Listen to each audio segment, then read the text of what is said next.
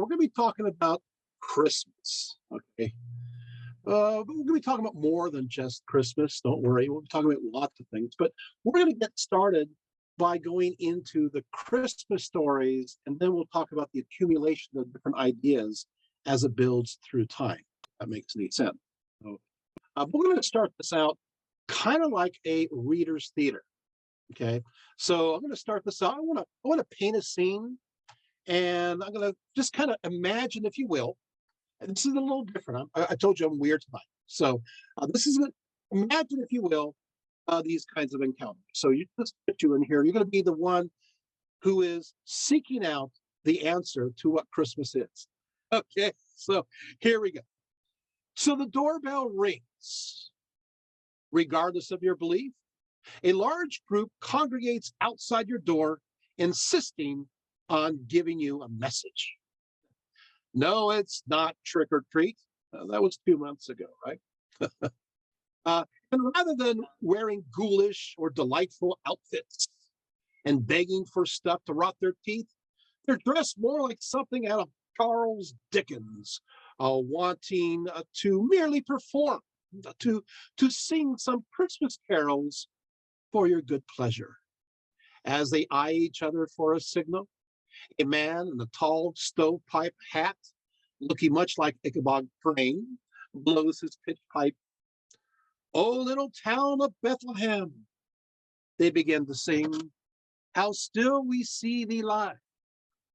Mental images crowd your mind of a manger scene with Mary and Joseph and baby Jesus and shepherds and the wise men and various assortments of barnyard animals, thrown in for good measure. The medium of images vary from clay animation figures on the television screen to elaborate set pieces spread across people's front lawns, right? As fantastic and as exaggerated as these displays have become, a history of Christian belief professes the reality of the birth of Jesus. In fact, you are told that we even have the exact location of where it all occurred. As the carolers sang, the place is Bethlehem, right? On tour, the Holy Land, I would readily point out this dark grotto beneath the church, the Nativity, bearing the inscription, Hic de Virginis Maria Jesus Christus natus est. The translation, Jesus was born of the Virgin Mary. Heck, it's even in Latin, so it must be true. Things in Latin seem to have more power, right? It all happened right here. But are you sure, or are we naive of the Nativity? Where was Jesus really born? Don't worry, we're going to go to pagan beliefs and others, but you got to have to. This is your segue in. What was it, in Bethlehem or somewhere else? And how can we really know? So, you're asking this question. These carolers spurred it on, and so you search the web. You head for the local library or corner some poor, unsuspecting individual with a mind, similar to a library, right? And dig a little deeper. Fortunately, you have completed a little prep work in the Bible ahead of time. You've already noted that both the Gospel, Matthew and Luke, mentioned this manger event. Whew, okay, it's actually there. Looking closer, most of those bits you've come to recognize are there, including the genealogy, the birth of Jesus in the manger. But you're left wondering why the shepherds are only mentioned in Luke, while the wise men are exclusively mentioned in Matthew. And visiting Jesus, oh no, the wise men are visiting Jesus 2 years later, not in a manger, but in a house. Oh no! You lament the loss now of familiar stock characters besides the rest of the nativity cast. You gotta go, okay. They're not there, supposedly, right? The variance continues. Joseph wanting to put Mary away for her perceived disgrace against him in Matthew. Ooh, that's a little dark. Yeah, Mary's visit to her cousin Elizabeth in Luke, King Herod slaughtering of the babies in Bethlehem in Matthew. Ooh, that's dark too. What is this? Maybe something we don't oftentimes mention, right?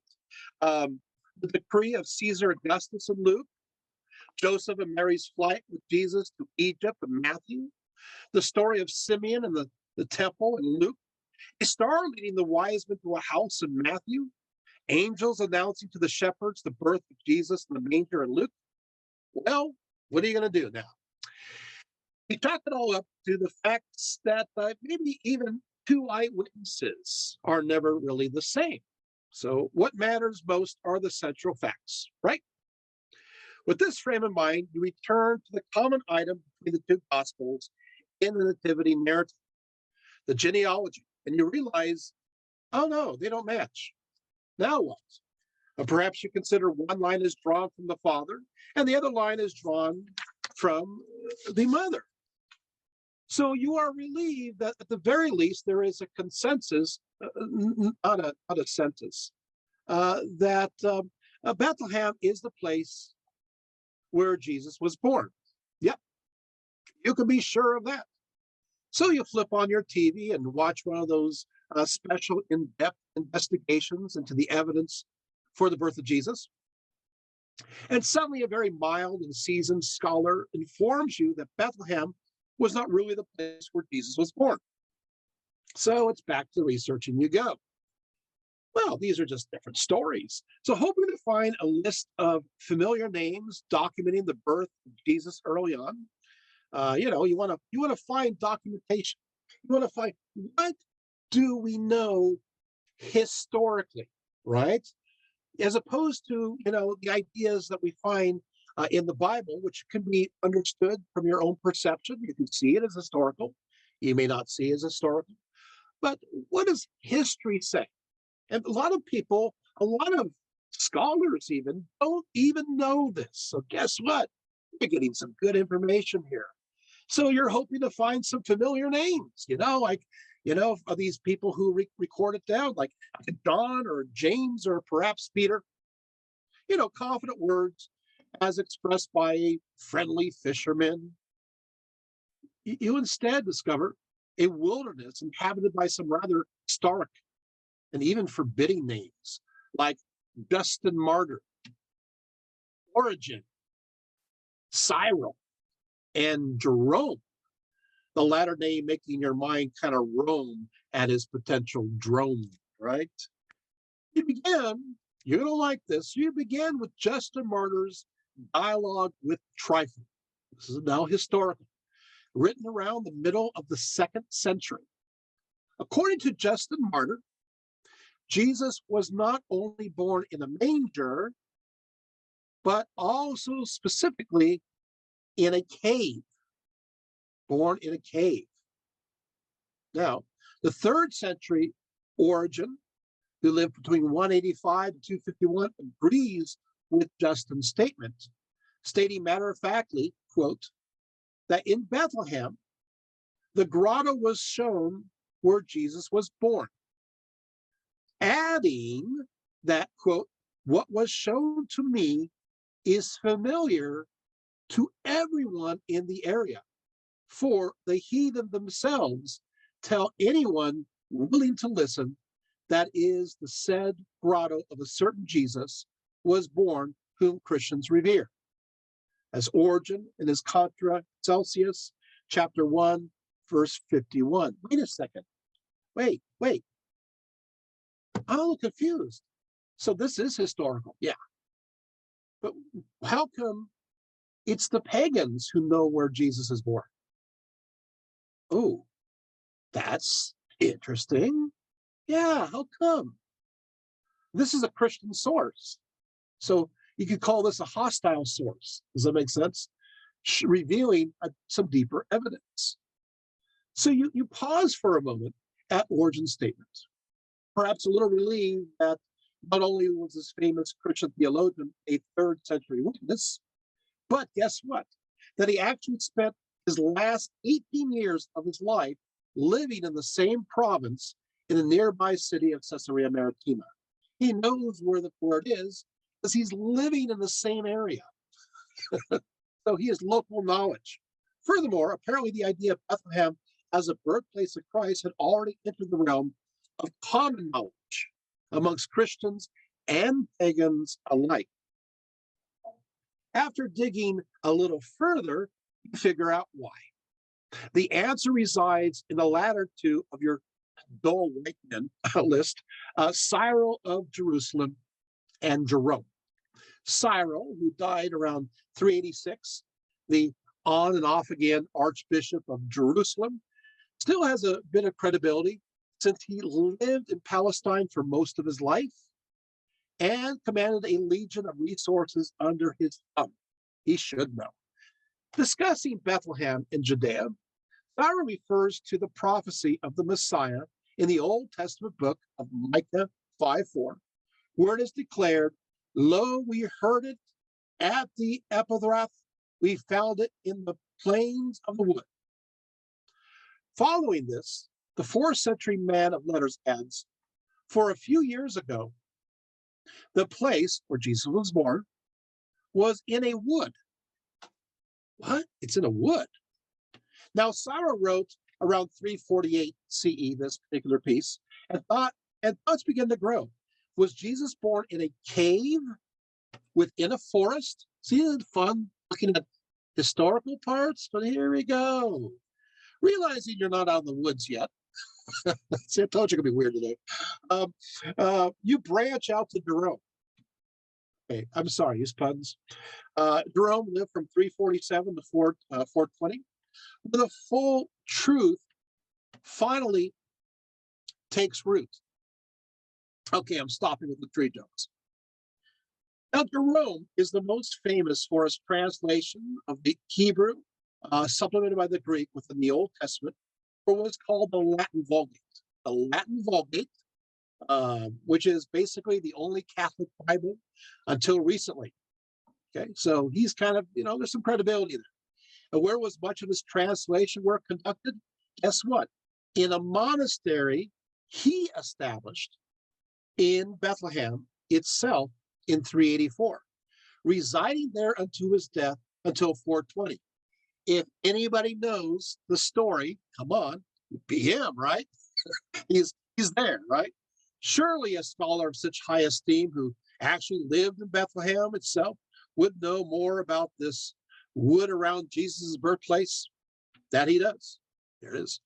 First, he notes that, quote, from the time of Hadrian, the Roman Emperor Hadrian, right? So to the reign of Constantine. So that is from the year, from basically 138 to 306.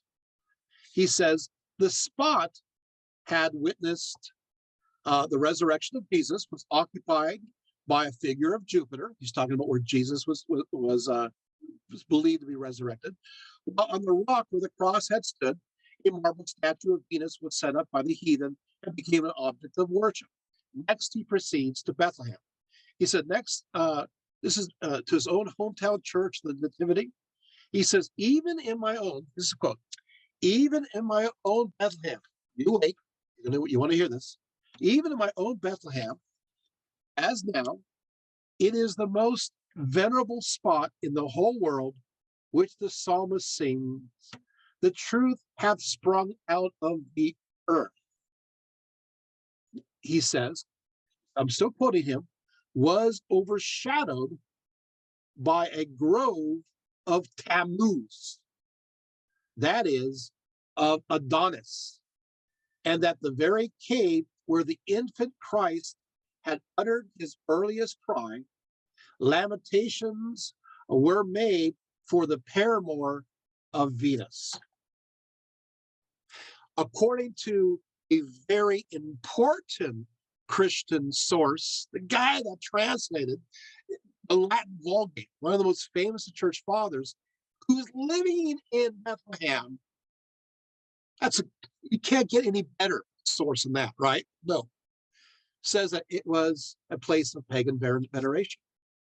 It's a place of worshiping Tammuz and Adonis. Now I got your attention, right? You're going, whoa, Okay. Well, this is interesting. So now the way now of course the way Origin, another person, words this reference, it seems that he means for the reading to see this transformation of the cave into a sacred spot of Tammuz after Jesus was born here. Now, whether this is a valid idea or not, we're not sure. Certain. It's certainly odd that such an ancient god received a new sacred site at such a late date. Technically, who's Tammuz? Tammuz was a Babylonian, Syrian, and Phoenician deity of food and vegetation. He corresponds to Adonis.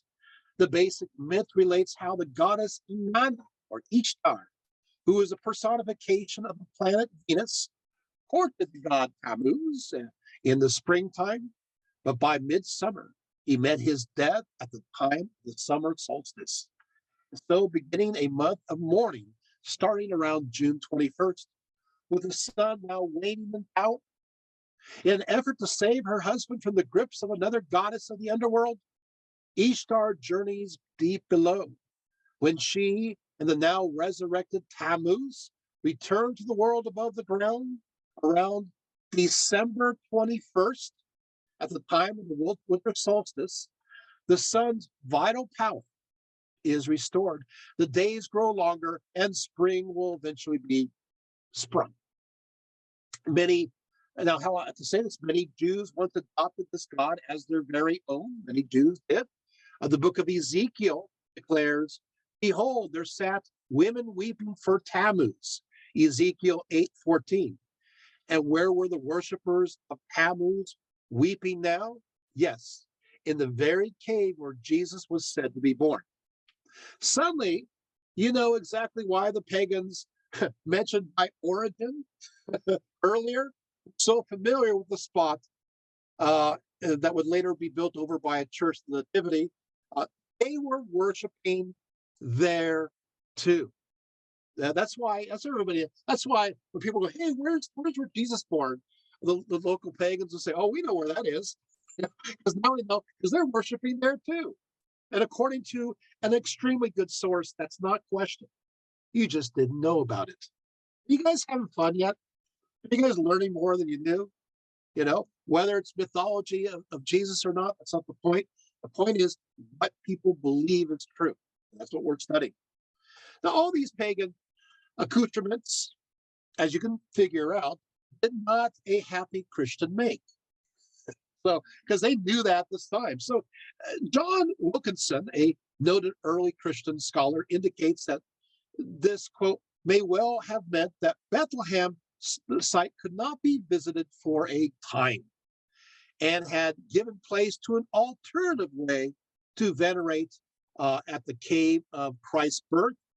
And where do they decide?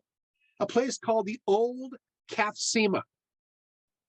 It's called the Old Cathsema, which is 3 miles away. Wait, you mean they moved the spot where Jesus was born? Yeah, because they're going, hey, we can't worship there. Let's see there. So they made another place for Jesus to be born, which is not even Bethlehem. It's called the Cathsema. Evidence for this belief arises from the apocryphal infancy narrative known as the Proto-Evangelism of James, written around the latter half of the 2nd century. So they're already during the 100s. A lot of the people are saying, hey, we can't go to this nativity site. I guess we'll go to another one. Accordingly, according to this story now, because you got to change the story, right? Mary and Joseph were, quote, in the midst of the journey between Jerusalem and Bethlehem when Mary said, Joseph, take me down from the donkey, for that which is in me is ready to be born. After finding the cave for her, Joseph went out and found a midwife. And when they returned, a dark cloud was overshadowing the cave. The midwife pronounced, quote, my soul is magnified today, for my eyes have seen a mystery. A Savior has been born to Israel. So Mary never made it to Bethlehem. She got to, okay, and this is again another Christian story, and I'm reading you the source that is only 100 years after the lifetime of Jesus. They have another site. As if her acclamation was heard, the cloud immediately withdrew from the cave, and a great light appeared in the cave so that their eyes could not bear it. After a while, the light withdrew until the baby appeared. So is this have we found this other location? Yes, we have. What? Lost for centuries, the old Kathsima church and monastery were accidentally discovered in 1992 by a bulldozer trying to widen the street between Jerusalem and Bethlehem. The site was located within an ancient olive grove owned today by the Greek Patriarch of Jerusalem near the monastery of Mar Elias.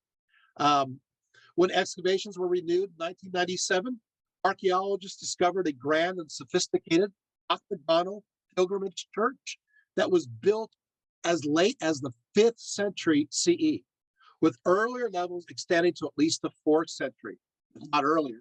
Mosaics blossoming in brilliant shades of yellow and red and green accentuate every corner with lively displays of organic aspects, flowers, tendrils, canthus leaves, horns of plenty, geometrical designs, braided bands. I mean, this is a fabulous church for the birth of Jesus. Another one, yeah, another one. You're going to visit. By the way, this would be kind of fun if you go to Israel. Make sure you visit the other site. Uh, why not? As noted in the life of Theodosius, written in the 6th century, both the church and the monastery of Old Cassima were built by a certain Eclia, a wealthy patroness from the bishopric of Juvenal. So we know about this, right? And so, but what happens is this: you take a look, and of course, they had to update the story.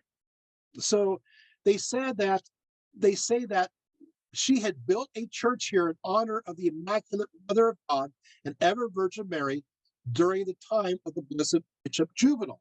So what are they going to do? Eventually, when they have to move the site of Jesus being born back to Bethlehem, after Constantine clears the site of its pagan accoutrements, actually his mom did it. What are they going to do? They have, they still have revenue going on in this other place, a pilgrimage. The answer is as follows.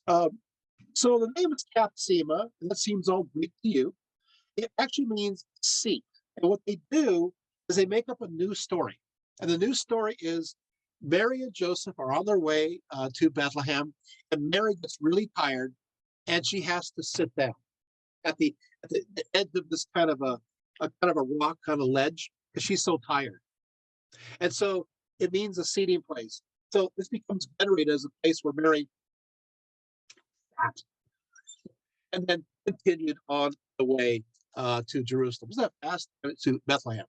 What's interesting? I want to bring this up too, is that the style of the church in architecture resembles the Dome of the Rock, which is a shrine dedicated to Muhammad, built in 692. A place where Muhammad supposedly rose into the heavens, was declared a final prophet. And now that we have the Cassima church, we realize they match. So it turns out, it looks to be that the architects who built the Dome of the Rock were copying the Cassima church, which is nearby. Isn't that cool? Yeah.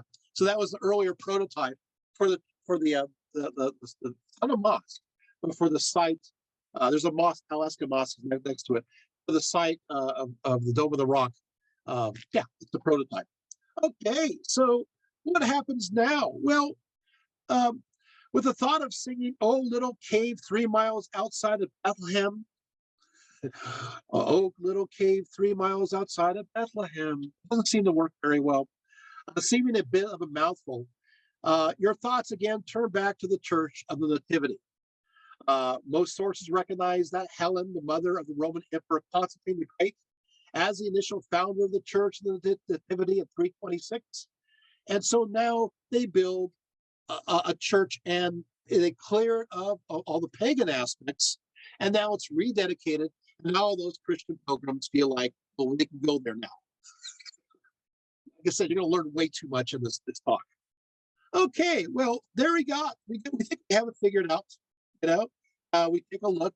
It's a grand church. I won't talk about the architecture unless you're really interested in it.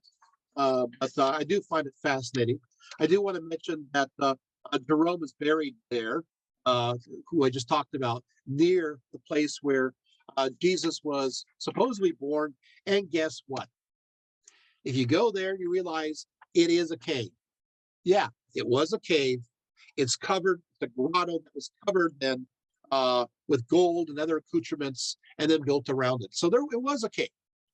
For those who have visited, you know what I'm talking about. Is this interesting? Yeah, the grove is long torn down. Okay, you're thinking, so now we know it's Bethlehem. Well, wait. Well, here's the thing. Uh, but you know, you feeling like this is the place. I'm kind of skipping pages right here. But what happens is as follows. There's another site. You see, there's another Bethlehem. Yeah. You know where this other Bethlehem is? It's located next to Nazareth in Galilee. Yeah. You mean there's another one up there? Is it called Bethlehem? It really is. Yeah.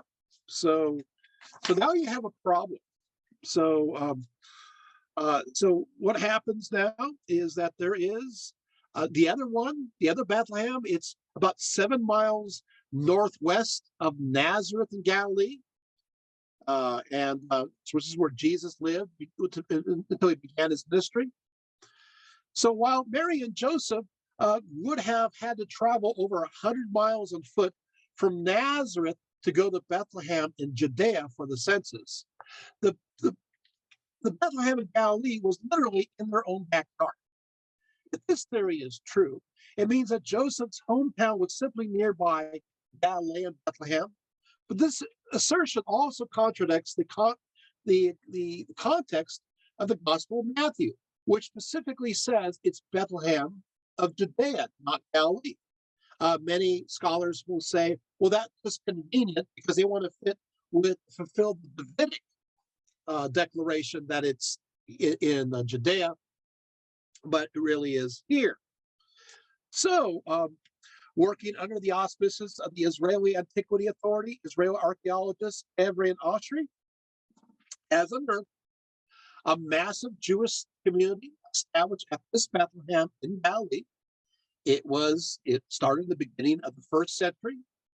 The funny thing is that archaeologists haven't discovered the first century Bethlehem in Judea yet. But a lot of people say it's because they destroyed that material culture. And that is possible. But we do know that this other Bethlehem thrived early on during the first century. In fact, it also became a very center of rabbinic Judaism later on, and there's up through the 6th century. I mean, it's thriving. Okay. So now, believing the Bethlehem of Galilee was the birthplace of Jesus, really has its advantages. You can always, find a room at the inn during the Christmas season. You can smugly laugh to yourself as you consider all those poor pilgrims and the day in Bethlehem suffering under cramped and even inhospitable conditions. Meanwhile, if you're in the Galilean Bethlehem, the local Yosef Yeager, of the Galilean Bethlehem, he will eagerly put you up for the night in his hotel, and it's super cheap. In the morning, you can eat at his restaurant, and hey, he'll even sell you a Christmas tree if you want one. And just maybe you can drag your new tree over the hills and through the woods to at least the excavation site of the Galilean Bethlehem. There you can spend your Christmas in virtual solitude, or if you get too lonely, you can always subscribe to the John Dominic Crossan belief, where Jesus was actually born in nearby Nazareth, and go there for your Christmas festivities. Okay. You see where I'm going? So there's 4 places. Okay, 4 places where Jesus could have been born. If it's true, we're not even at that level yet, right? So this is kind of throws things off. But and that's just the reality. Now, before we, you know, beyond even the birthplace of Jesus, now we'll just keep going there. So I'm going to conclude this aspect, and we'll keep on going. So you return to those carolers outside your door, singing "O Little Town of Bethlehem," observing their eagerness to share this mystery, this birth event. They believe with such conviction and passion.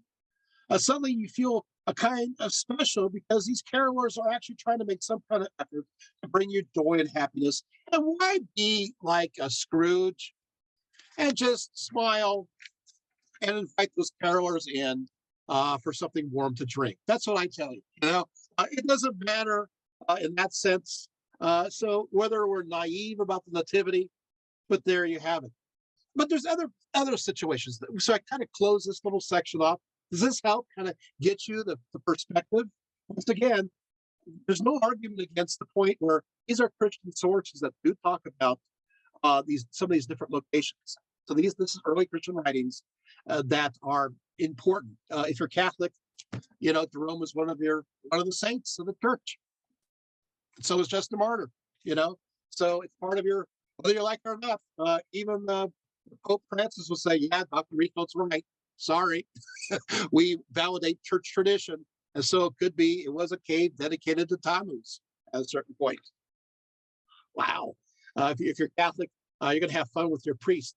Talk to your priest. It's like, wow, where'd you learn this crazy? Oh, okay. Well, yeah, he's right. Sorry. Moving right along. We move through this. And of course, let's talk about the wise men. Of course, now we know that, they're not even there until like 2 years later. But they give gifts of gold, frankincense, and myrrh, as mentioned in the Gospel of Matthew. Typically, such gifts were offered to both kings and deities. For example, King Seleucus II in 243 BCE was offered gold, frankincense, and myrrh. He offered it to the god Apollo at the temple of Miletus. So this is something that you offer gods. This combination, you didn't know that either, right? Within a Greek understanding. So, but also you're going to see this in Isaiah. However, it's gold and frankincense, not this combination of the three. Isaiah 66. And of course, let's go a little bit further. Three magi. You're going, three magi. So these are wise men. No. Everybody in the ancient world knew magi were the high priest of Zoroastrianism. In fact, they are still the high priest of Zoroastrianism. Hey, anybody who are Mazdayana people watching this, Zoroastrian, you know what I'm talking about? Yeah, when you go to your fire temple, who's the head guy, right? It is the person who we call now a magi. But yeah, does that make sense? Yeah. You go, wait a second. You mean everybody knew magi were Zoroastrian? Yes. This common knowledge. Everybody knew. Zoroastrianism was throughout the Roman Empire. So, but wait, why are three Zoroastrian? It wasn't three. We don't know how many. Oh, well, we have three gifts, so must be three wise men. We don't know. So maybe not at all. But according to the story, you got these priests of Zoroastrianism, and that makes sense because the priests of Zoroastrianism, they look forward to a savior, one known as Saros-Sant. Saros-Sant was born of a virgin, according to a living religion today. Freddie Mercury was a practitioner of Zoroastrianism. Yeah, okay, look it up. Yeah. In fact, his ideas and thoughts and beliefs connected to his belief system is in Queen's lyrics. He just didn't know. now you want to look it up, don't you? Uh-huh. So anyway, the point of the matter is the Magi. Where was I? Getting lost in all these details. It's like a labyrinth of details going on here, right? So you're enjoying yourself, right? You're on for the ride. So what's going to happen is that this belief system has Saros-Sant. He is a savior, and he is going to heal the blind, the sick, the deaf, the lame. He is understood as a savior from for the perspective of Zoroastrianism. So what's happening in this narrative is basically this gospel is saying, hey, even the Zoroastrians recognize Jesus as the Savior. See how that works? That's how they're using it. They're kind of connecting these two together. So who says that Christianity doesn't connect different religions together? This is an instance of that immediately. And if you want, Google Magi Zoroastrianism and have fun. Because again, it's a living religion to this day. You guys learning things already? Quite a bit. Let's go further. The flight into Egypt is often viewed by skeptics as representing Jesus fleeing from Israel, in a way likened to how Moses fled from Egypt. Others say it is used as a reason why Jesus ends up growing up in Nazareth as opposed to Bethlehem. There's lots of stories there. There's legends that talk about how how he finds Salome there, and he encounters the two thieves when he was a baby. That would be later crucified beside him, and so forth. So, okay, so we kind of have the story. Now let's go a little bit further. So let's ask how Christmas came about, celebrated on December 25th. That should be an easy question. After all, it's just a date. Well, guess what? The early church did not celebrate the birth of Jesus. What? No. A lot of them were uncomfortable with that idea. They thought that was not right. Oh boy, I'm throwing you off. What? Yeah. You see, they rather honor the time when Jesus was believed to come to earth as the Christ as the day of Epiphany. So when he is understood as God or connected to God. So there's two dates. They said some believe it was when the Magi visited Jesus 2 years later. It's set in January. They believe that was the date. Is that making sense? But most of them say it's the moment where Jesus was baptized by John the Baptist at the beginning of his 3-year ministry. This is the Epiphany. If we happen to have Eastern Orthodox, Greek Orthodox here, that's what you celebrate. Hey, Orthodox, which is like, there's 3 major divisions of Christianity. You got Protestants, Catholics, and High Orthodox. I teach Eastern Orthodoxy at Cal State Fullerton, so I'm pretty familiar with this. Anyway, it's the Epiphany. Sure, they celebrate Christmas, they tolerate it. But the big important date, is of course January 6th. The idea, the verb means, Epiphanius means to appear, a manifestation, appearance. And so it's connected in many cases. It's the answer to the Jewish Feast of Lights, believing the fulfillment of the Jewish Festival of Lights, Hanukkah, which is coming up on the 18th, was found in the light of Christ. And so within the Christian context, the day of Epiphany was understood as the moment when Christ revealed himself as a deity on earth.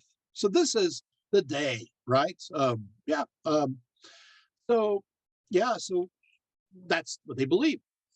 Well, and they didn't think that was right because of celebrating his birth, because they thought that this was celebrating his humanity and not his deity.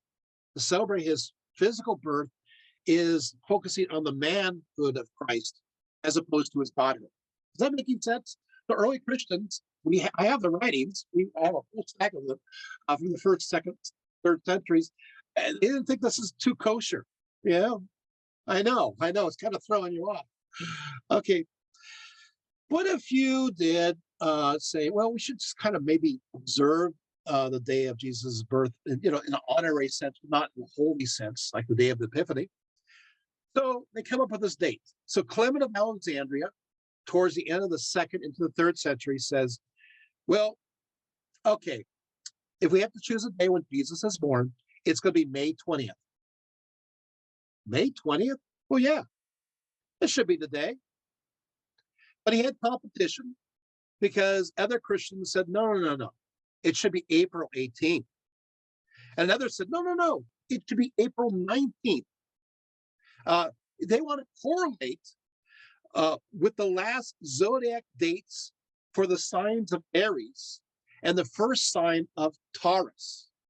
There is, you want to fit the zodiac with it because, I mean, there's some realistic viewpoint. If Jesus is born, uh, if you've been to Israel, even today, people don't keep their flocks at night during the winter time.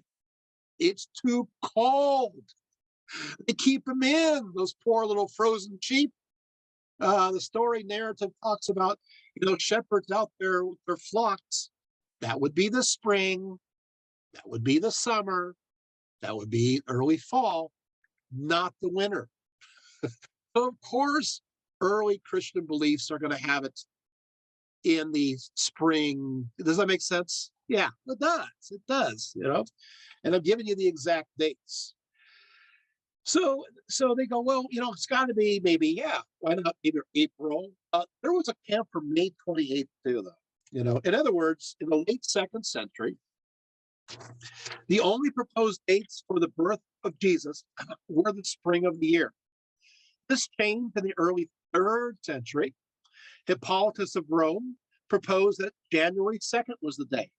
He moved it, being more distant. Other Christians at this time were divided between a day in November, either the 17th or the 20th, and a date in March, the 21st or the 25th. And March 21st was the most popular day. Once again, we're not even at December 25th. We're already now, 150, 160, 70 years after the time of Christ, and there is no December 25th.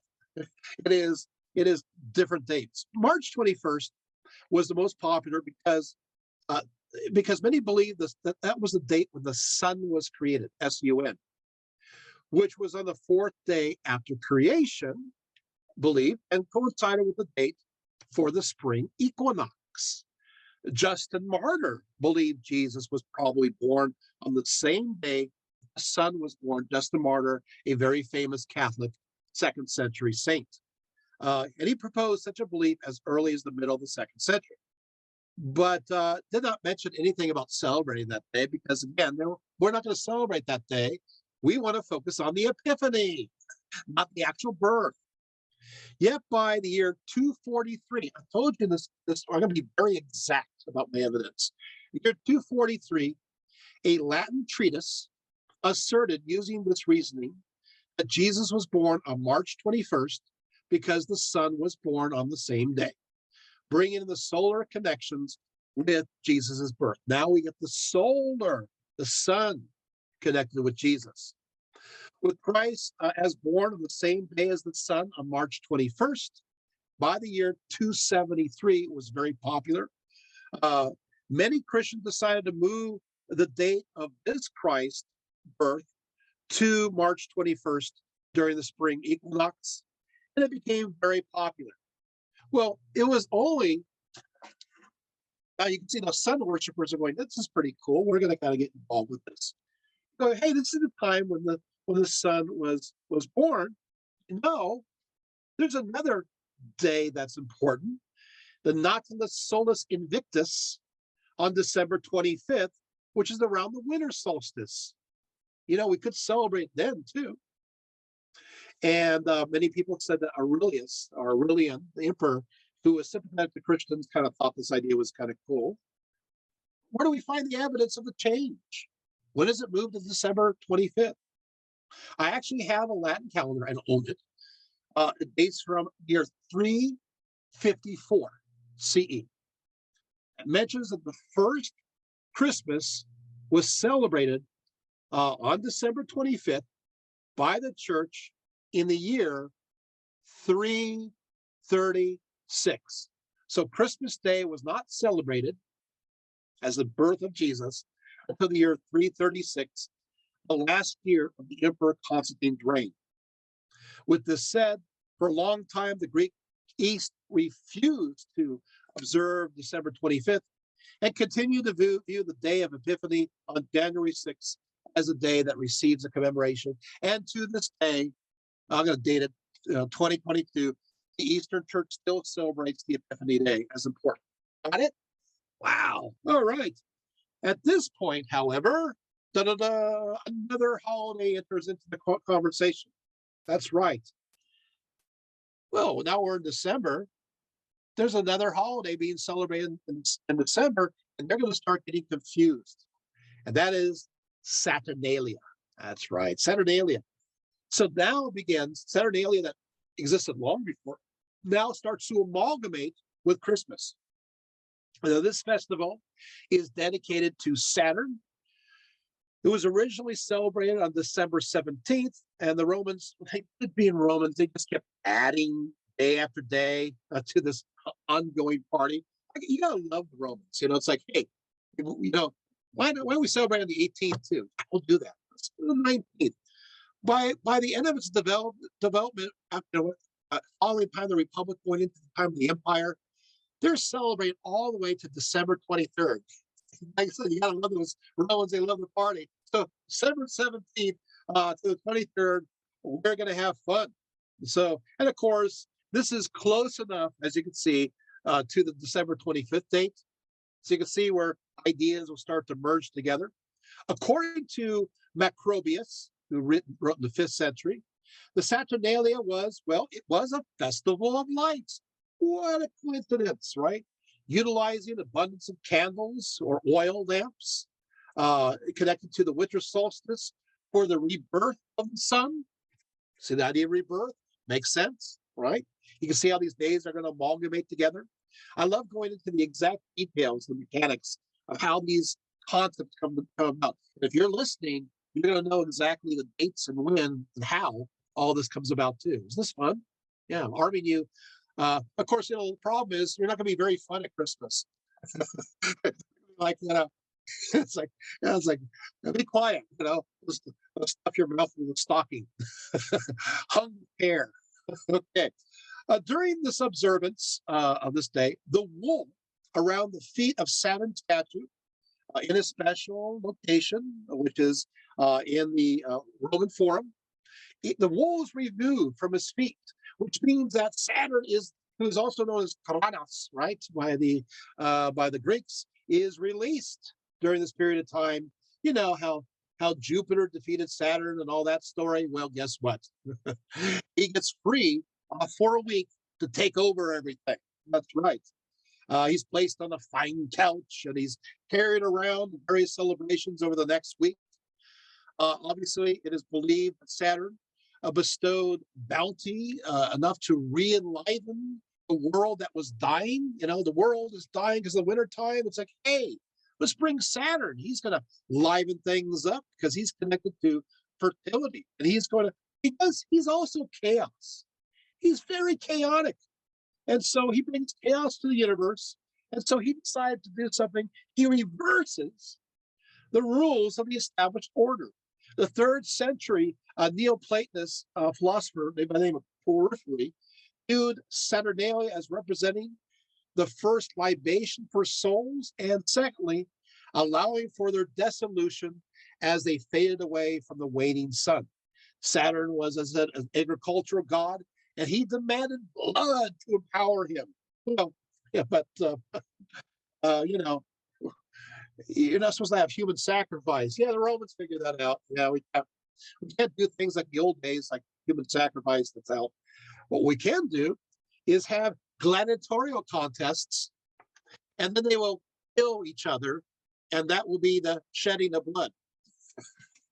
So that's their way around it. There's always a workaround. Many Christians accuse the Romans of continuing the human sacrifice. It's like, hey, just put another gladiator out there in the arena. So what happens on each day? December 17th is the first day of this festival dedicated. We want to know this because you're going to see where another aspect of Christmas comes about. And of course, work ceases. The law courts are closed. Schools are closed. And there you have it. And this continues. The public festivities continue through the 18th and the 19th. And then it moves into the private space. And so as each family who could afford it sacrificed a suckling pig to the gods. Roman males would abandon their togas, and they now wore colorful dinner clothes, right? And of course, and the idea is to conduct that's not considered what's considered rude, flagellants, burping, just you know, terrible, terrible human noises, right? But breaking the rules is part of that celebration. So, also role reversal was part of this holiday, and so the masters would switch with the slaves, and the slaves now became the theoretical masters.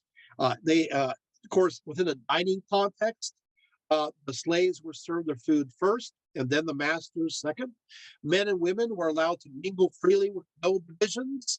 There was a little bit, this was brought up, a little bit of orgastic rituals and interactions, and because he's like, hey, Saturn, he's god of chaos. I can't help myself, and oh no, don't blame me, it's god of chaos. And oh, I'm pregnant. Well, it's god of chaos, that terrible thing that happened, I wasn't in the right mind. Yeah, these are the things that's a Saturnalia for you, It's like it's a good excuse, right? So women and slaves are permitted to do whatever they wanted to do without censor. They can say whatever they say, and they're not going to get in trouble afterwards, which was always good. There was an overseer of the festivities. His name is Saturnalicus Princeps.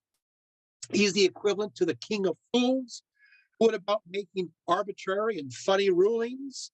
All had to obey his dictates, no matter how strange they were. If he told you to sing naked, you had to sing naked without hesitation. December 23rd, the very last day of Saturnalia, was designated as a day of giving gifts. This is where it comes from, giving presents. Now, the staple gift was waxen or pottery figurines called sigillera, right? These vendors set up temporary stalls in the Roman Campus Martius and also the Baths of Trajan. Sold these little figurines. Especially kids love these little figurines, little miniature people. The origins of these, I shouldn't even tell you. Originally, these little figurines were connected to human sacrifice. But hey, by the time you get to the Romans, later on, the empire, they're fun little things. Collect them all. There you have it. But kids also received toys. Gift giving was really popular. Augustus Caesar especially loved gay gifts on Saturnalia. The famous Latin poet Catullus received a book of poems. He received a book of poems described as written by the worst poet of all time.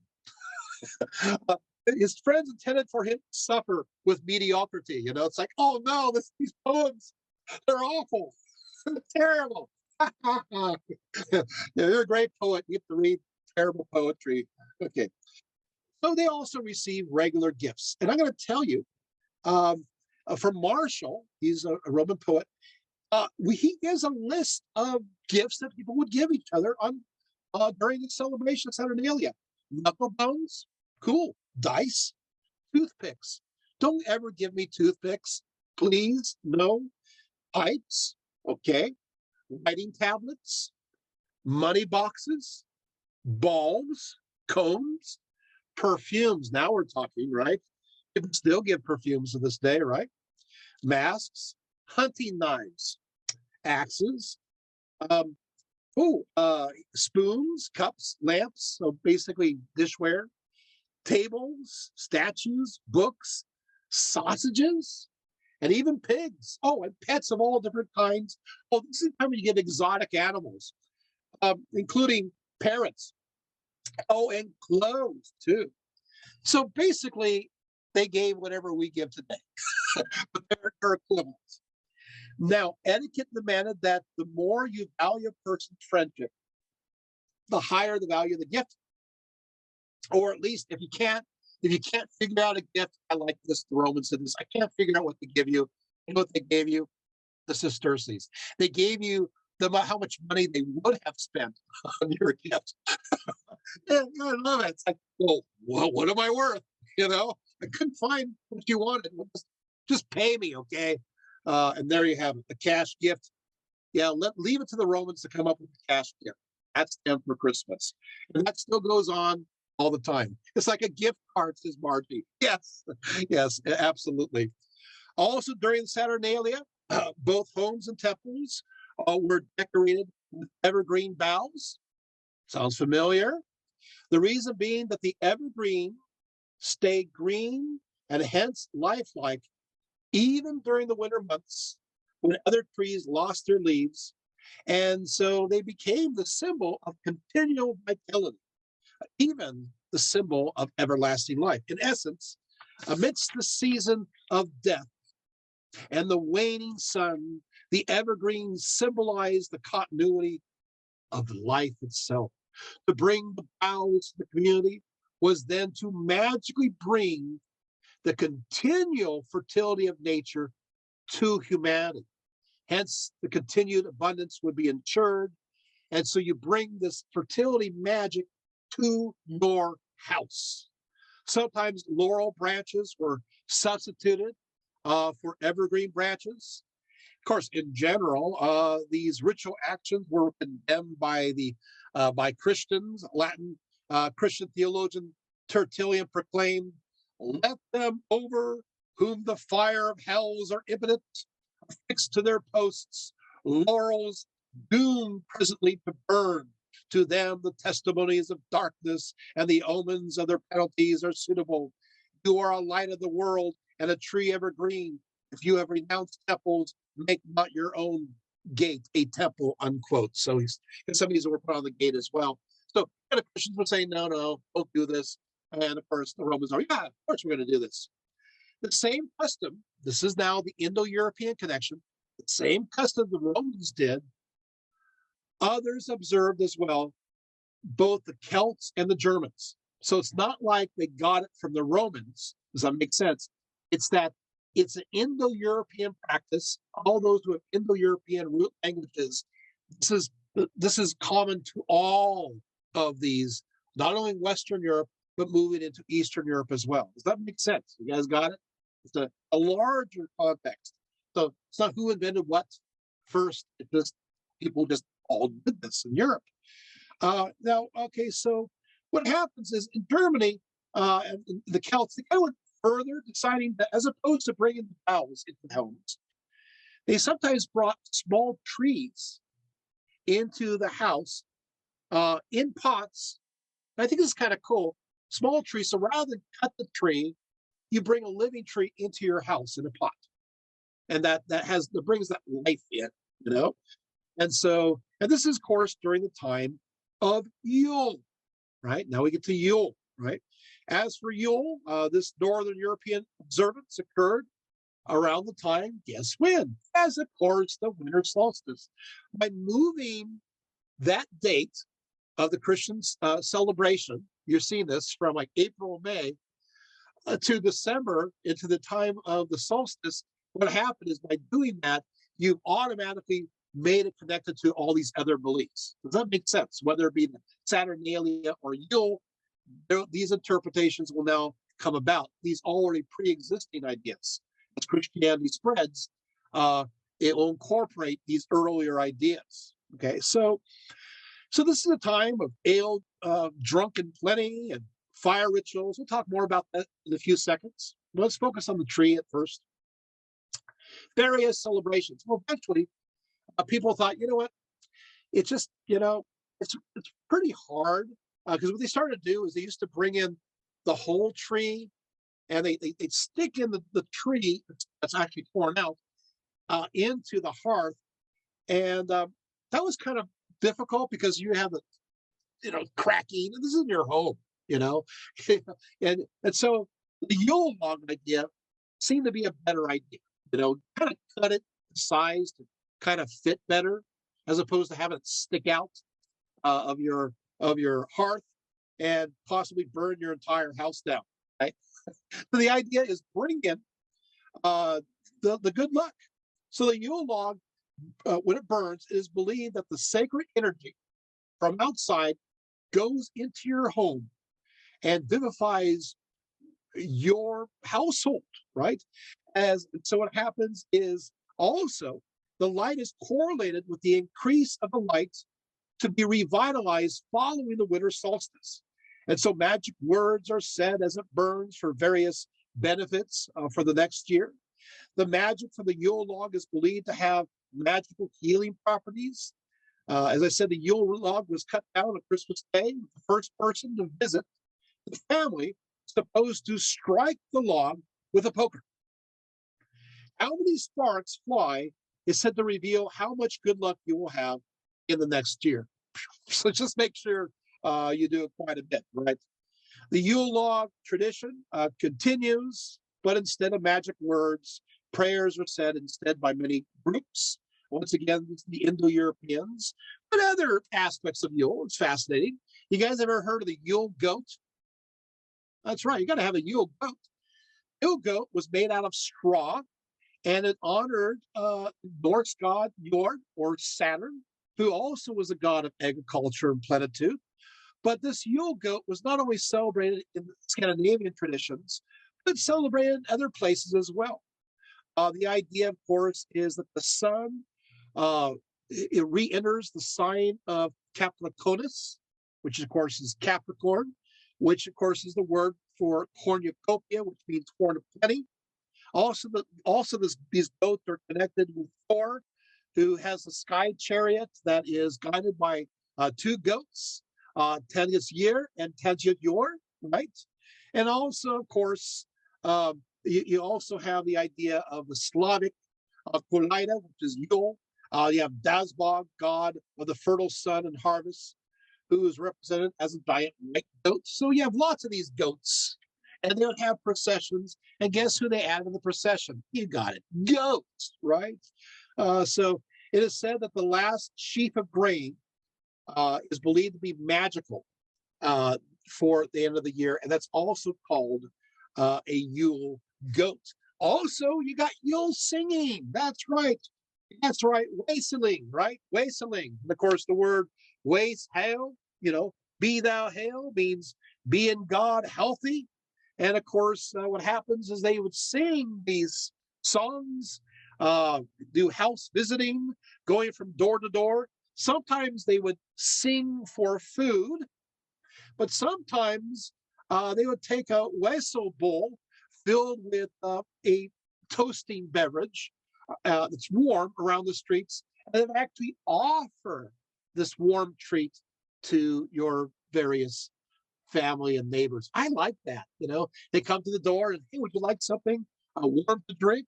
Sure, why not? Although they're out in the cold, so I don't know how that works. And of course, they also have what's called the orchard waisling or visiting. This is where they used to do incantations, singing at the trees for a good harvest. This is a time where you would take toast and soak in beer or cider and place it into the boughs of the branches. Lots of alcohol there and so forth. Of course, that's obviously more of a fertility magic, so to speak. You have lots of good drinks, mulled ale, that's curled cream, roasted apples, eggs, ginger, nutmeg, and sugar. Of course, you had to have figgy pudding. If people would ask for, can we have some figgy pudding? Sure, why not? Also, of course, we have the famous song, right? We are reminding people that they're not beggars. We are not daily beggars, right? From door to door, we are friendly neighbors who you've seen before. And of course, some of the other stories connected to mummering and so forth, and the wild hunt, Midracht, right? The time of the fertility goddesses and so forth. You get the idea. See, all these stories and legends are coming together. Okay. But now, you have Yule there. What's going to happen? The Christian amalgamation. So now the legend starts to grow that when Christ was born, understood now as December 25th, that his divine light, as connected with the sun, miraculously melted the snow upon the trees throughout the earth, while at the same time re-energizing them so that they burst out with new life as fresh green shoots came from them. So you can see now they're giving the fertility magic over to Jesus, to Christ, right? So when Christian missionaries observed these customs amongst the Germanic and Slavic peoples, they reinterpreted these trees from bringing magic fertility into the households to representations of Christ's triumph over nature on the momentous day of his birth. And so Yule and the Yule tree received a Christian interpretation. The Celts, Germans, and Slavs, they all decorated trees in the rituals in nature itself, in many cases representing their gods. But when St. Boniface came to Germany, he started to cut down their sacred trees. But one legend had it that after he cut down an oak, it immediately sprang up with a young shoot. And they believed this as a miracle from Christ and to show that he was in charge of the natural world. And so now all of a sudden, the tree is starting to get another interpretation. By the Middle Ages, Christmas Eve became associated with Adam and Eve, with the various passion plays, often featuring a decorated fir tree with hanging fruit, usually apples, representing the Garden of Eden, right? These passion play trees were called paradise trees, and so were the symbolic tree bookend to the other tree, which was the Christian cross, right? So it's a Christian. So you have the idea of the paradise tree and the cross, the tree of where Jesus was believed to be sacrificed. So representing, of course, humanity's expulsion from the Garden of Eden to the promise that Christ would return. So now this story starts to spread. By the end of the 15th century, many passion plays were considered too rowdy and even became heretical, sloppy, popular drinking games going on there. So what happened is the Paradise Tree and the Passion Games disappeared in many places. But guess what? A lot of people say, I want to have my own passion tree in my house. So he brought the passion tree into their own homes, right? Still hung with fruit, but added with white Eucharistic wafers representing the Eucharist. So the paradise tree, which bore the sense of humanity, was transformed into a tree which now bore salvation of humanity through the cross via the sacraments. Yet, with that said, you can see where the pagan legends are still going to kind of connect here. So there was a revival of the importance of these trees in connection to the Christmas season. And in Riga, Latvia, in the year 1510, there was a tree that was venerated. 1510 doesn't appear to be connected to a passion play at all. In fact, there was a plaque that was located at the side of this tree in 8 different languages today. The Riga tree was hardly a paradise tree because it was tended by, get this, strange men wearing black hats. According to Latvian sources, the Riga tree was covered with paper, flowers, and dried fruits. Those wearing the black hats were part of an actual brotherhood of black hats, consisting of various trade captains of ships and others. There are also a popular drinking club. They're notorious drunks. But the point is, it looks like here we have evidence of a remnant of the pagan veneration of the trees going into the Christian era. And of course, the fig tree was burned following Christmas on January 6th, the day of the Epiphany. And many people understood this as connected to Yule. The Christmas tree was placed in the middle of the city for all to see. It appears that there's even an earlier source from 1476, and a nearby Estonian city of Trallin had its own Yule tree as early as 1441. Whoa, wait. There's a lot more stories that have been lost throughout time. So it looks like this pagan celebration of a fertility tree, a Yule tree, continued amongst many communities as a sacred tree in the middle of town.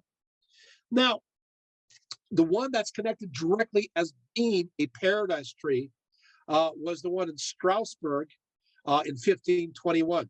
The story about Martin Luther, you know, that doing the first Christmas tree, as you can figure out, is not true. uh, this is an ancient precedent that I've just made, connected the dots, so you saw them all, and you're not going to find this online either. This you can see how there's a continuity of these ideas. In the 17th century, Christmas tree became more popular, with an unknown resident from Strasbourg stating, "At Christmas, they set up fir trees in the parlors at Strasbourg and hang thereon roses cut of many colored paper, apples, wafers, gold foil, and sweets." So around 1650, the Lutheran theologian Johannes Dannhauer wrote in his The Milk of Catechism that the Christmas or fir tree, which people set up in their houses, hang with dolls and sweets. Woo! And afterwards, they shake them and deflower them. Whence comes the custom, I know not. It's just child play. He continues. He says, far better were it to point the children to the spiritual cedar tree of Jesus Christ. He's going, don't do this. But everybody's, of course, doing it. The Christmas tree then was brought over to the Americas by German immigrants and appeared around 1700 in Pennsylvania. The French started their Christmas tree tradition in 1837. And of course, German Prince Albert of Saxony, who married Queen Victoria, who did she do? He brought the first Christmas tree to England, planted one directly in the middle of Windsor Castle. And so, yeah, Christmas tree is now in England, right? Yet still in 1850, Charles Dickens was still referring to the Christmas tree as a new German toy, since it was, after all, the German Prince Albert of Saxony who brought it in. Well, then you have, of course, mistletoe. You guys having fun yet? You're learning things? Yeah, mistletoe. This is another, of course, popular Christmas tradition. Sprig often hung from a door frame, and those found beneath it, they're expected to give a special kiss to one another. Again, mistletoe became part of the holiday because of its ancient association. Mistletoe was often found around oak trees that was considered sacred by Greeks, Romans, and Celts, right? And Germans. Mistletoe was considered magical. The Roman Pliny the Elder recorded much of the lore connected with this plant, especially as a cure for epilepsy and ulcers if chewed. According to Greek and Roman beliefs, when the oak lost its leaves, its vitality of the oak then transferred over to the mistletoe growing around it, and so it's able to contain its sacred energy connected to both healing and fertility. In the Latin epic poem, the Aeneid by Virgil, when the hero Aeneas journeys into Hades, he is led by two doves to a tree where grew the golden bough. The golden bough is then looked at as connected to mistletoe and be magical.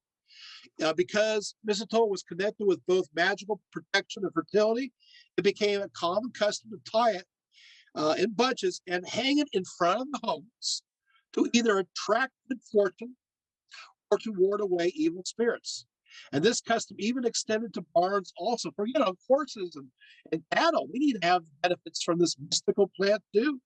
If the animals appear to be barren, fertility magic inherent within the mistletoe was the cure. In both Italy and Sweden, other places, mistletoe was believed to prevent a horse from catching fire or to extinguish it. So I mean, a house, a house from catching fire. Although I like to see it, maybe a horse too. I guess anything with catching fire. There you have it.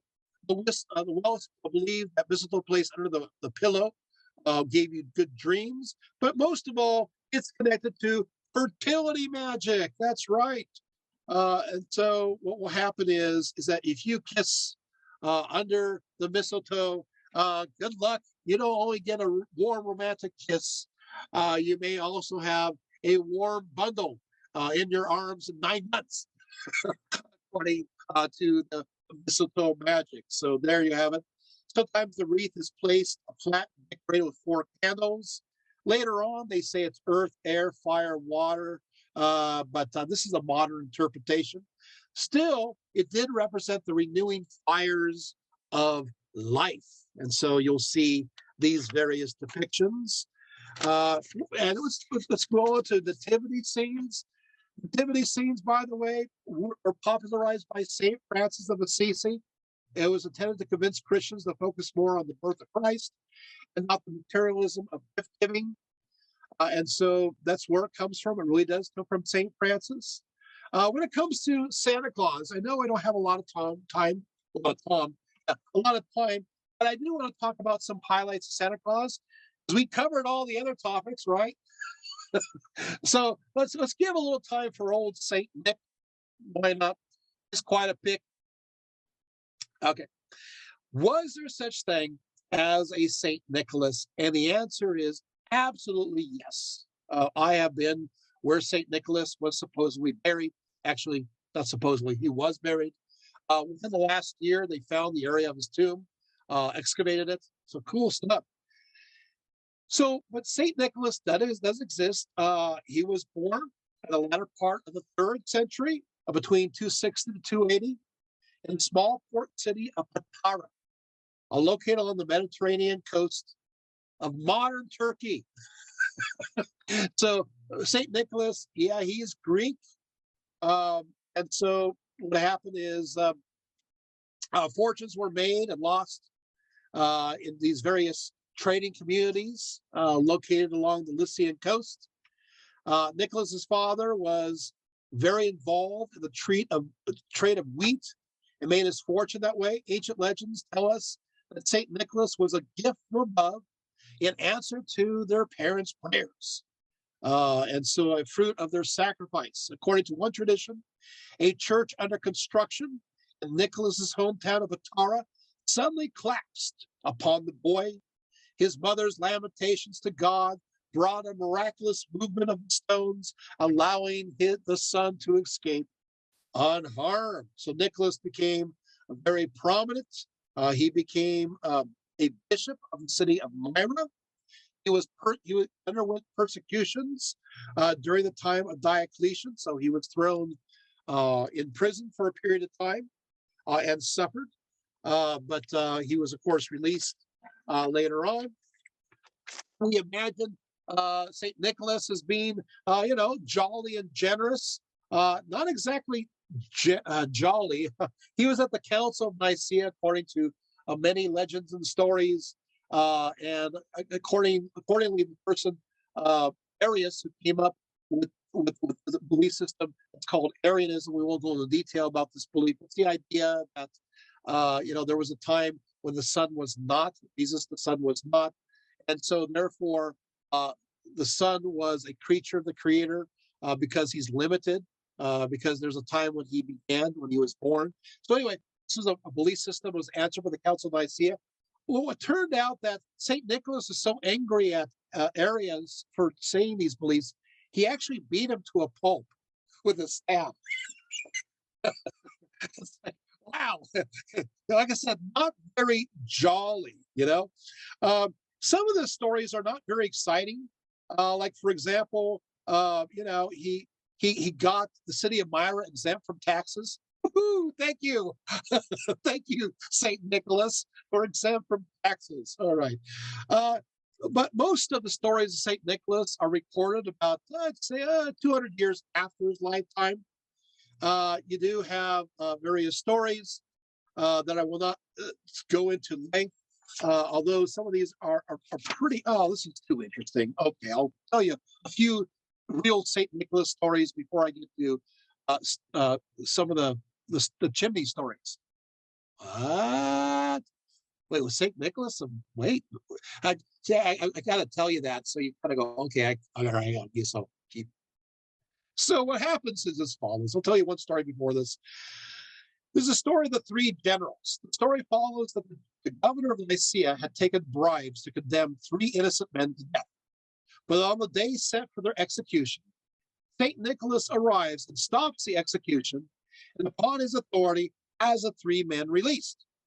Angry at the governor, Nicholas chastises him for his sins because Saint Nicholas he's hot-blooded and angry. We all knew that he was kind of feisty. Anyway, exposed and without any recourse, the governor pleads for mercy and asks for forgiveness. Three imperial officers happened to be witnesses to this occasion before leaving for Lycia for their positions in Phrygia.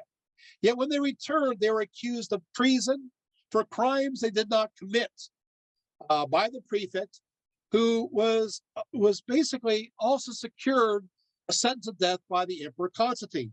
So these three men going, you know what? We're innocent. St. Nicholas was able to help other men. Couldn't he help us too as well? And so what they do is they prayed St. Nicholas to help them. St. Nicholas, who's alive, by the way, he's a living at the time. He prayed to the living St. Nicholas. So, and St. Nicholas then appears to the Emperor Constantine and says, hey, these men are innocent. Okay. And so, and of course, Constantine the Great says, okay, I will free them. Okay, so why'd you tell that story? Because it gets worse. Because this story is now told again, and it gets darker. The story goes that there's a famine spread throughout a certain island, and the situation got quite desperate. A certain butcher, not having any available meat, lured 3 children into his house, and after they had fallen asleep, proceeded to slaughter and butcher them like pigs, cut them up into little pieces, and place their bodies in a tub to cure them like pieces of ham, salted and all. This is kind of a distorted version of the story. In fact, actually planned to put them up for sale. Now, St. Nicholas happened to be on the island, taking care of the hungry, and he realized the butcher's evil act. An angel informed St. Nicholas of this horrendous crime and immediately sets out to the butcher's house. In the end, St. Nicholas saves the day and even ends up resurrecting the 3 boys by his prayers. Later, 11th century version of the story changed the 3 children into clerks who wanted to spend the night at the butcher's place. After the butcher murdered them, he had his wife make them into meat pies. Somehow St. Nicholas was able to bring 3 men back to life. I just love these kind of stories and how they change throughout time. But Nicholas was intense, especially for his generosity, and he was celebrated for this generosity. He considered inheritance a means. So basically, he wanted to give his inheritance to people who are needy, who are hungry, who are suffering. So there's a story of a poor family. Here we go. Who could not afford dowries for the marriage of their 3 daughters. In antiquity, of course, if you don't have dowries for your daughters, you're putting them at risk.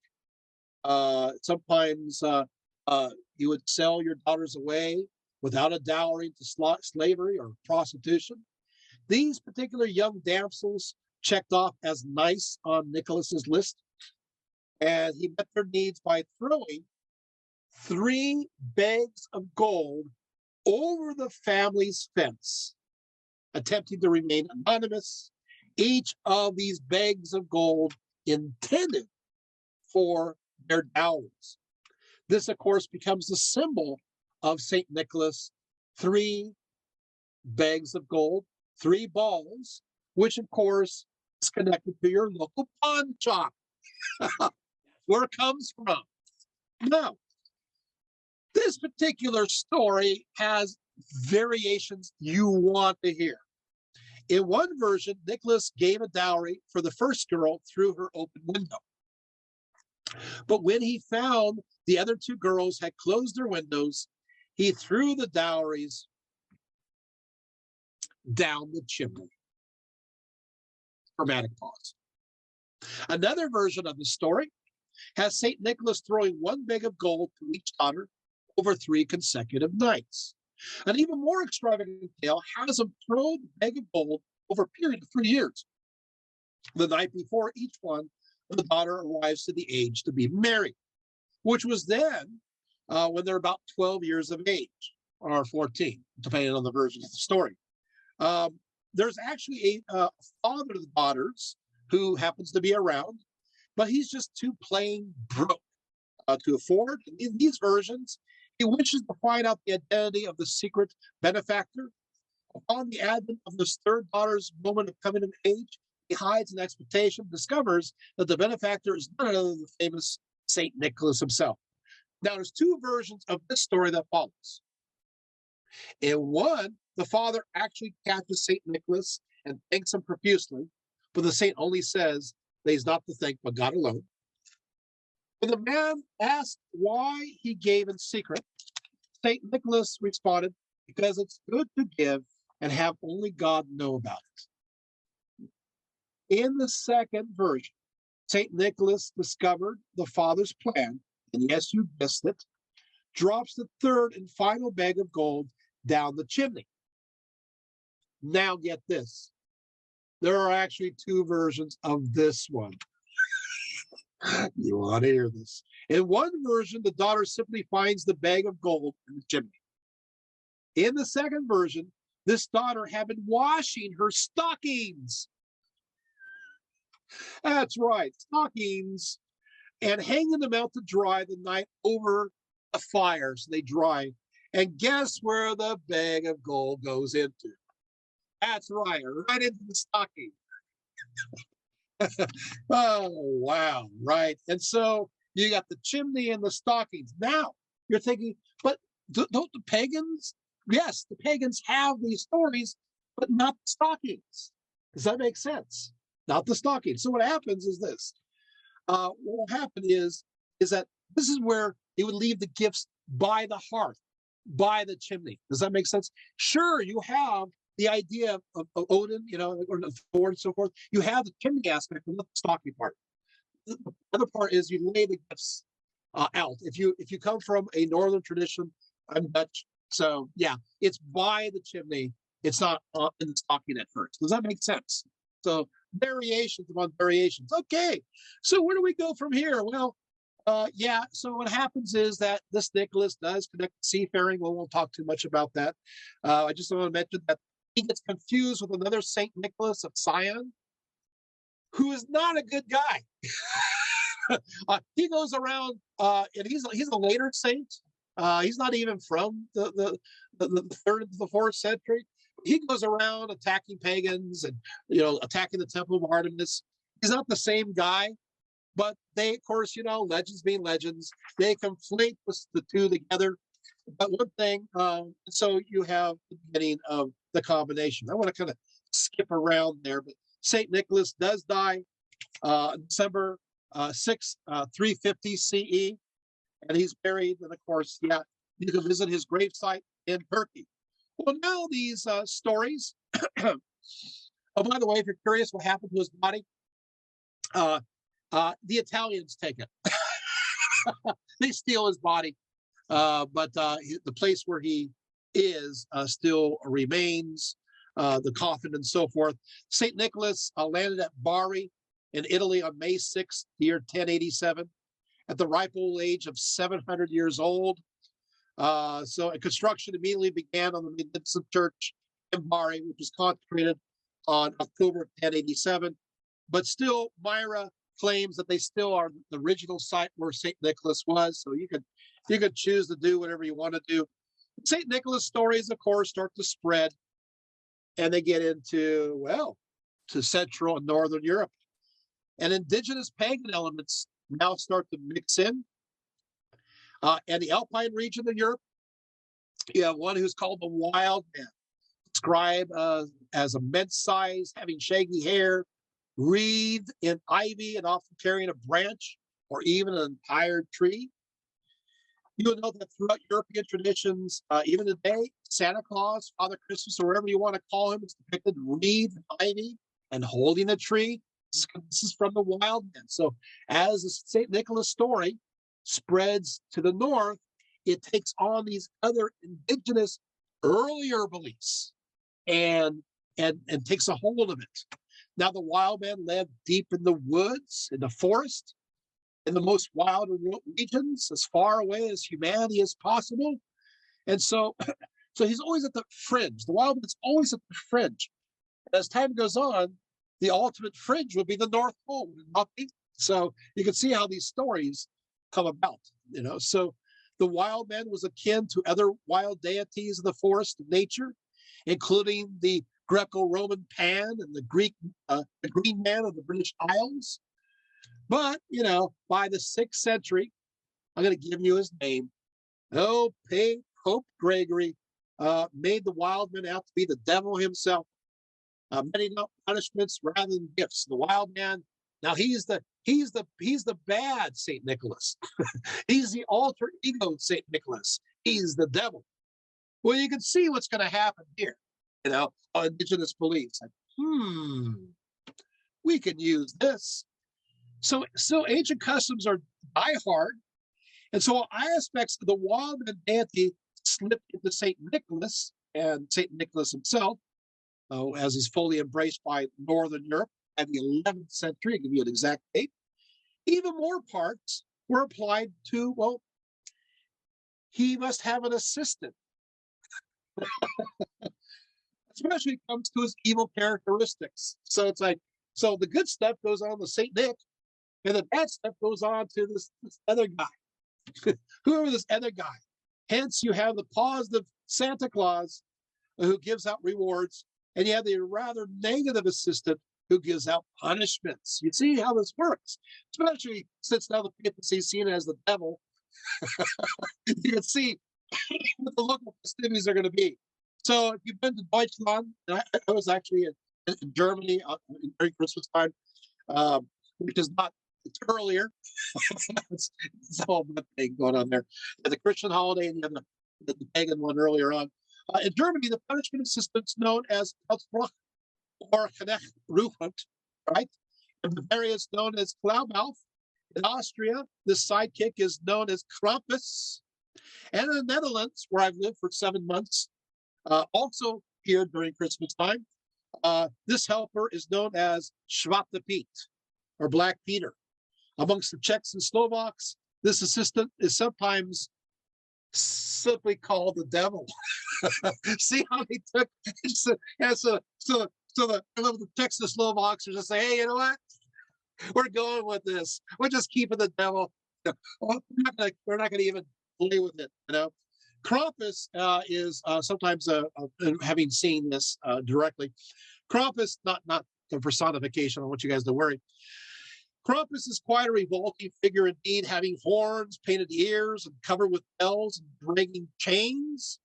While the feast of St. Nicholas is celebrated on December 6th, December 5th, we're almost done, don't worry, is known as Krampusnacht. The scary Krampus walks the streets with his cloven hooves, bearing his sharp fangs and thrashing his chains about, chains that are meant to represent the chains that bind the devil.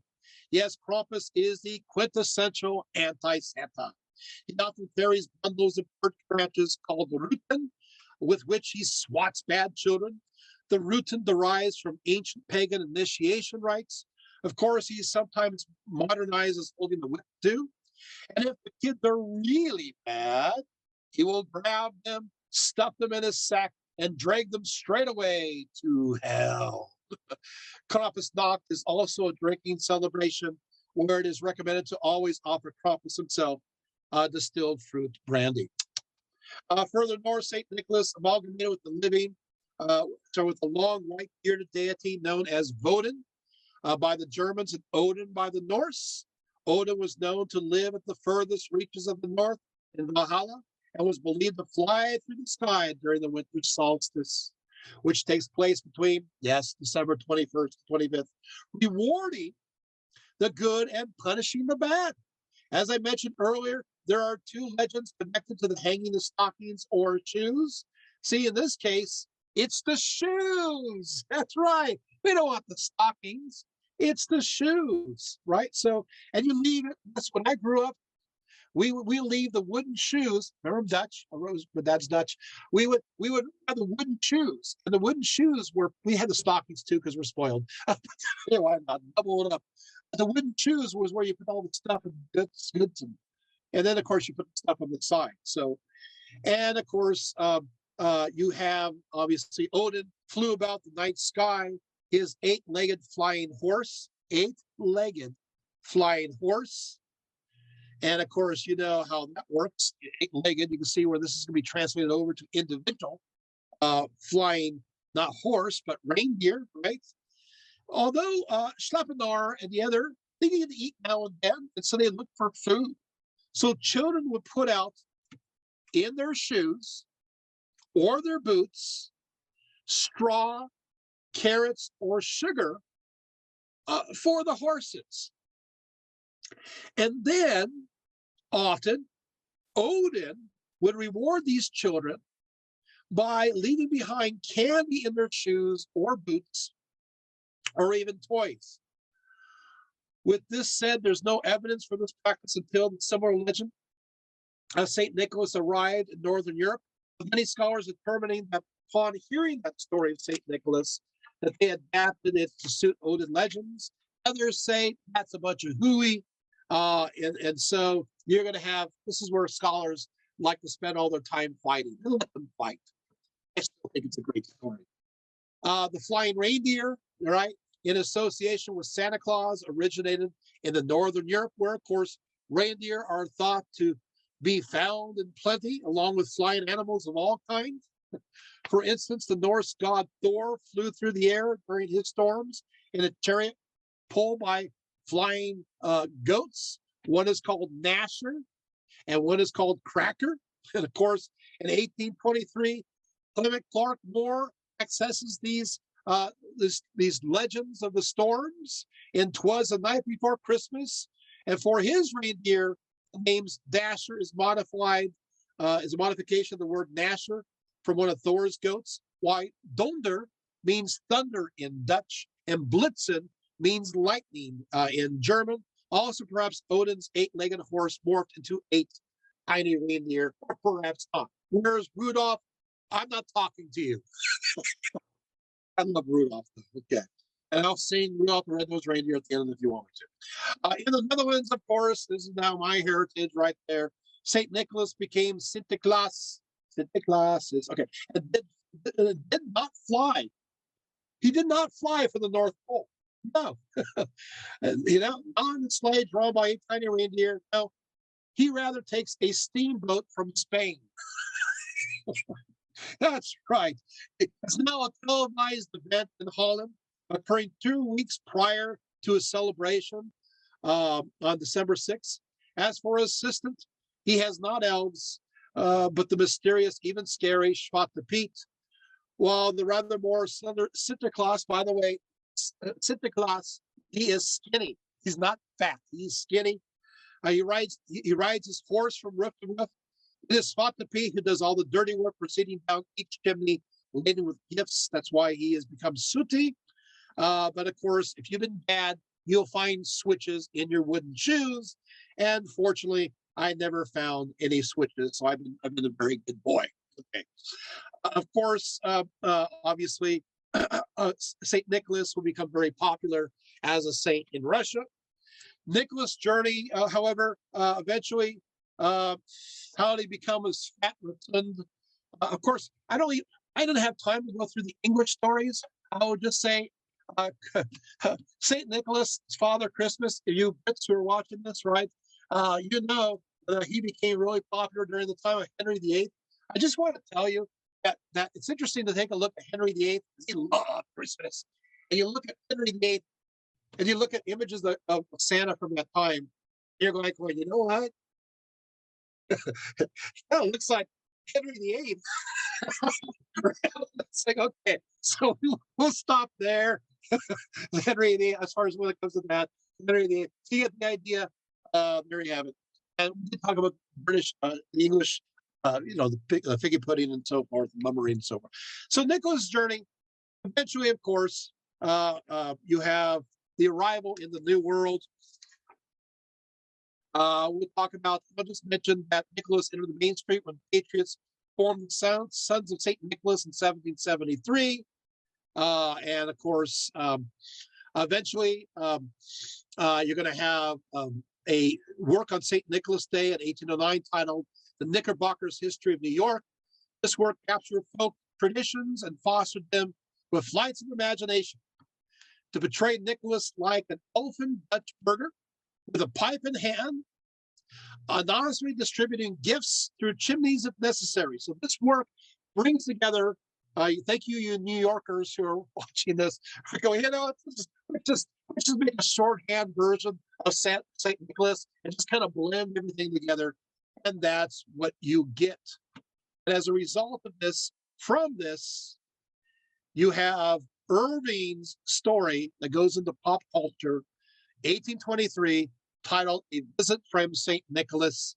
And here it is. He was dressed all in fur from his head to his foot, and his clothes were all tarnished with ashes and soot. A bundle of toys he had flung on his back, and he looked like a peddler, just opening his pack. His eyes, how they twinkled, his dimples, how merry. His cheeks were like roses, his nose like a cherry. His droll little mouth was drawn up like a bow, and the beard of his chin was as white as the snow. And the stump of a pipe he held tight in his teeth, and the smoke it encircled his head like a wreath.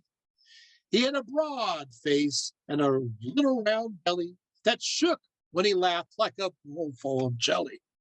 He was chubby and plump, a right jolly old elf, and there we have it.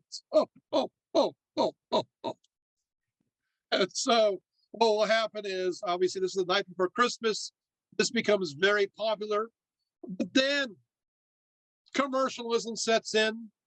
No one did this more successfully than a certain Hayden Sundblom, whose Santa was seen in the highly successful Coca-Cola holiday print advertisement for 35 years. You get to see him wearing now red, beginning in 1930. It's because of this commercial success that this rotund red American saint has become broadly exported, redefining that old guy. And so we lost the thin, rather angry St. Nicholas, and we got the fat, happy elf who happens to bring all of these ideas together. And so there you have it. The history of Christmas. I hope you enjoyed it, because I told you the whole story. Okay, thank you so much. All right.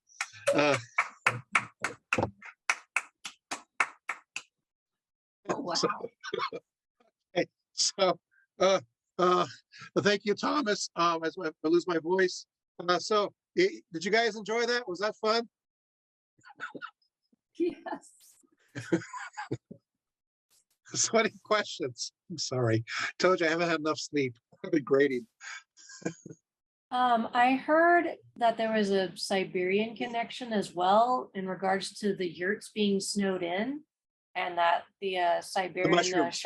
yeah, they'd bring like dried fruits and things in through the chimney because there's no way to enter into the homes when it's all snowed in. So is that also a connection to? Because I read this online, I didn't know if that was accurate. Yeah, that's also connection, and also the fact that they some of these they also had mushrooms, and that they saw visions and saw things, and as a result, this actually moves into also into Finnish, and the stories go to that's why they're seeing things fly.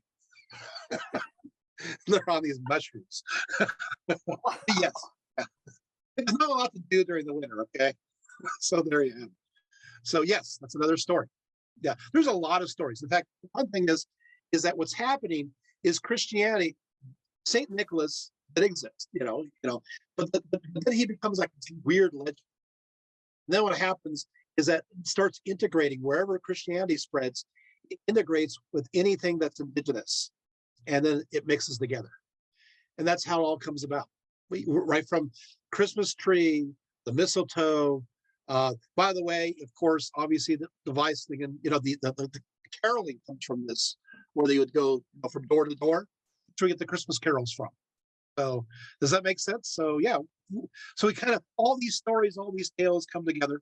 A little red and white mushroom, says Yeah. it's Kelly. Right? Amanita muscaria, something like that. Is that what Yes. you're talking about? Okay. Yes, makes sense. Yeah, it's interesting. It's very genius. You know, it's a good way to get everybody on board. Yeah, you just Stitch usurp everything any together.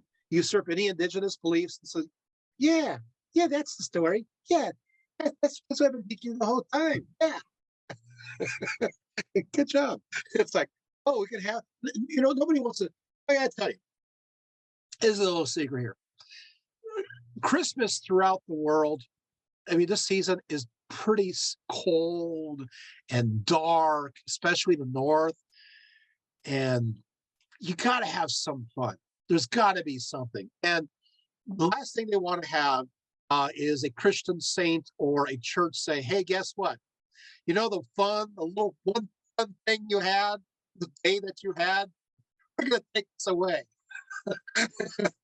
You want your parishioners to keep going to church? You tell them, just keep the legend, keep the story. Jesus wanted that too. Yeah, I'll go with it. That's the smartest thing to do. And so you incorporate these legends because, as you know, if you're from Northern Europe or the North Canada or whatever, or even if you're like in Ohio or you're frozen in, right? It's all about trying to stay warm, and we need this season to bring up our hopes, to have hope again that the sun is going to come back. Come back, please. And we don't want to keep eating all the stored food. We started to store in Samhain, earlier. So as you're getting to this point, by the way, I want to make things worse. Samhain, how you sacrifice your various flocks, just enough to kind of put you through the winter, and you store the rest of the meat. I gotta tell you a little unfortunate story. In some cases, they killed more of their flocks at this time. So it dwindled even further. So yeah, so it's like, wow, yeah, it looks like Bessie's not going to make it to the next year. So I guess we got to store her too, right? Yeah, you were saying asceticism just isn't as marketable. No, it's not, right? So you got to have a little fun, and so the creativity comes about as a result of that. So they come up with it. Any other questions? Sorry, oh, I'm delirious. Hey, this is a good time to ask me questions, right? Any other questions? Do you feel like I answered your questions about this period of time? Yeah, was it pretty colorful, right? So maybe you too want to incorporate some of these celebrations. I'm kind of wanting the mead. I want the yield mead. Doesn't that sound good? Yeah. And of course, the idea of people giving me warm drinks at the door. Although I think that it should be the reverse. I think that you're inside, you should be giving those people out there the cold the warm drinks. But then again, there's another version of the celebration where you did give them the warm drinks, but you also gave them lots of food. And this idea of visiting from door to door. This is also popular during obviously Samhain, Halloween. It's a part of these early stories too. So apparently, as you get towards the end of the month, the year, excuse me, it becomes time. I shouldn't say the end of the year because the end of the year comes obviously earlier, but it's time to visit people and friends and neighbors, and I like that idea.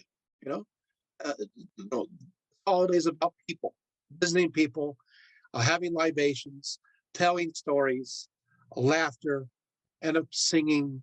Anyway, anything else? I had a question. Sure. I don't know if you noticed the very whimsical graphic I used to advertise this event, but I found these pictures on the internet with like Egyptians with something that looked like a Christmas tree, and like Mesopotamians having trees indoors. Yes, that's true. So this idea of bringing in fertility from the outside into the home is not only Indo-Europeans, but also Semitic cultures and Hamitic cultures also celebrate. The Egyptians did that too. Also obviously the Mesopotamian civilization, And also, those in ancient Anatolia would do the same thing.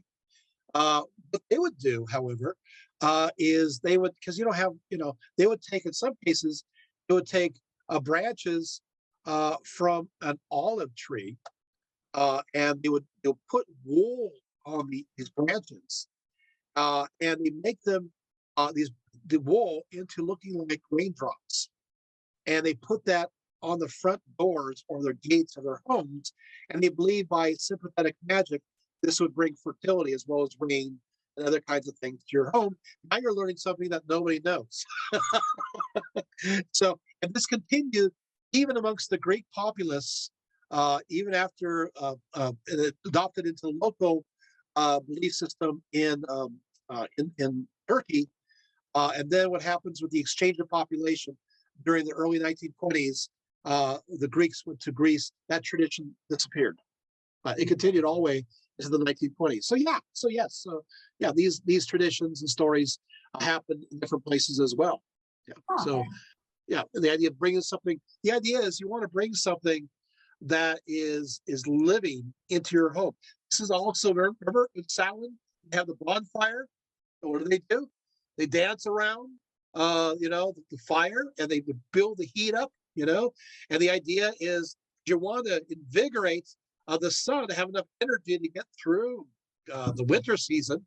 And it's believed that then what you do is you're taking all the energy yourself, you're taking the branches, you're holding branches, you put it into the fire, and what do? You go to your home and you light your hearth with it, bringing that energy from the fire, the bonfire, into your home, and that's part of the Samhain. So it's kind of a repeat of the same idea, even amongst some of the same people, right? The idea of now you bring a tree from the outside or something that's life into your home.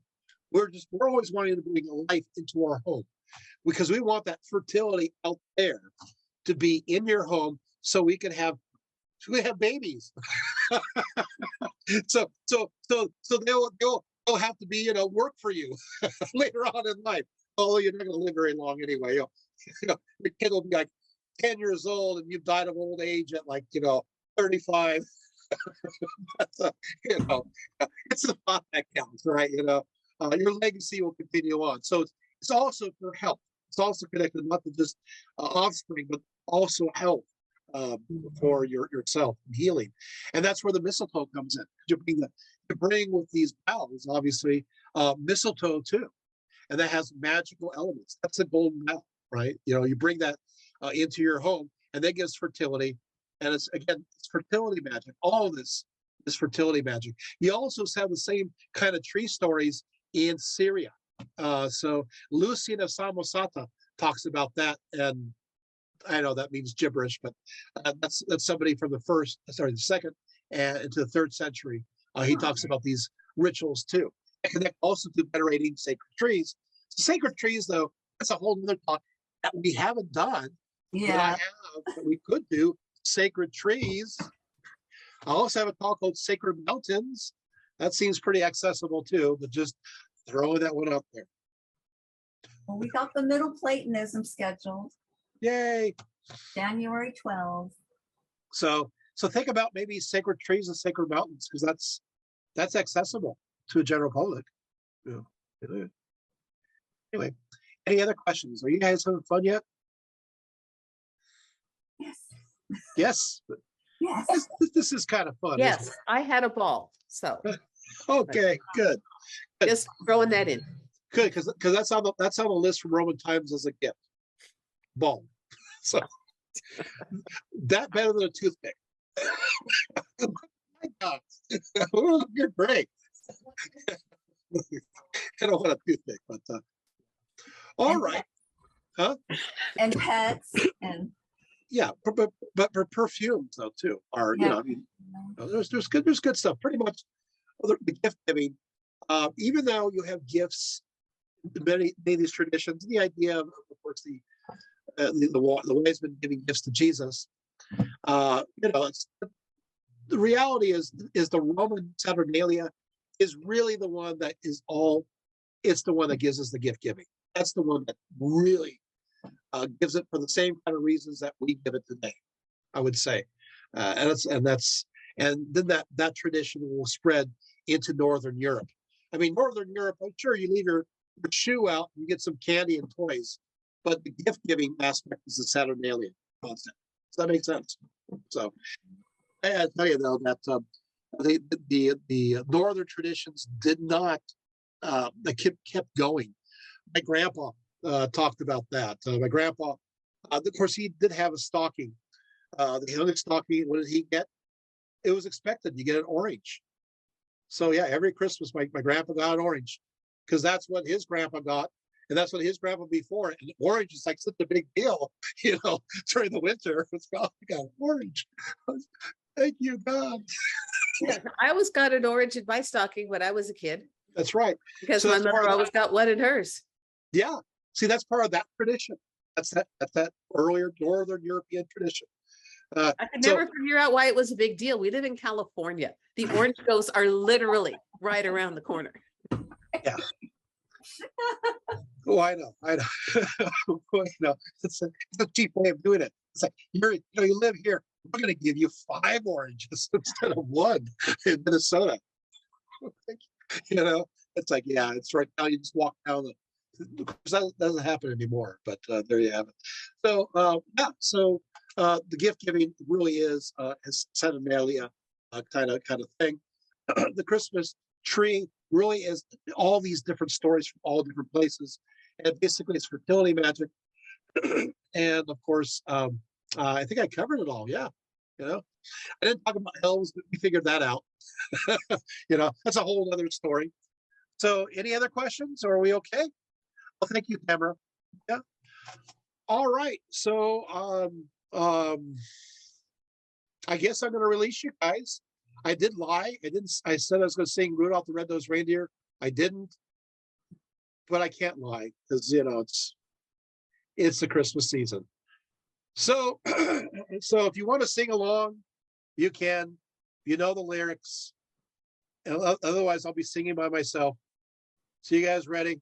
All right. So we're going to sing because I forgot that famous reindeer, the most important aspect of Christmas. So here we go. 1, 2, 3.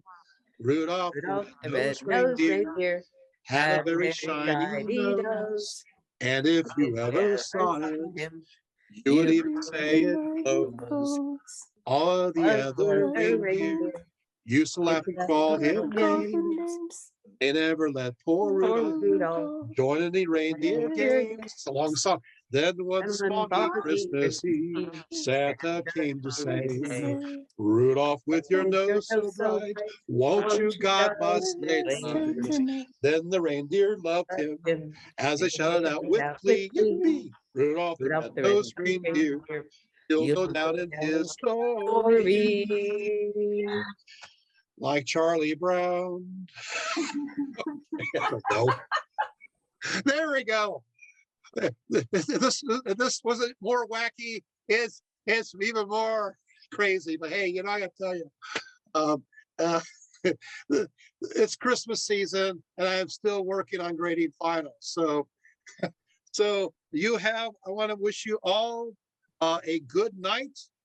I feel like I need to be Santa Claus saying that, but I forget the rest because I'm tired. Merry Christmas to all, and to all a good night. That's right. Merry Christmas to all, and to all a good night.